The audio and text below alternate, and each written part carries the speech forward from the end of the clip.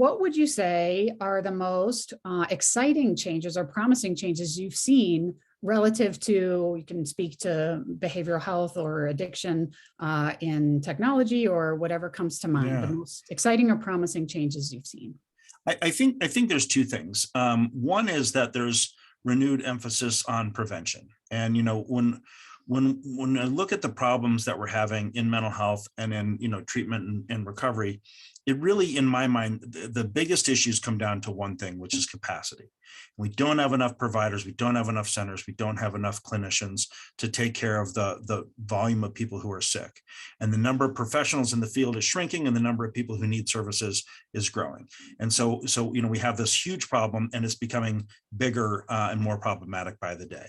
And when you have that supply and demand problem and that imbalance in terms of the number of people who can deliver care and the number of people who need it, in my mind, there's really only three ways to address that. One is to increase the supply of the providers, and that it just needs to be off the table, because for us, we can't just magically say we're gonna set up this factory and build more treatment providers and mental health clinicians.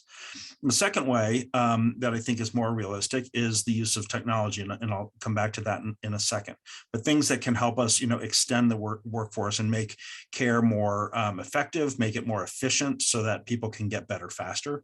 And then the third area, which technology can also help with, is prevention. And so, if we keep people from getting sick and from, having issues that they need to address with a professional in the first place, that's going to help with that supply and demand problem, because then there's not as many people, trying to access that system. And so, I think I'm excited about the focus of prevention, and then I'm really excited and nervous about the new focus on technology.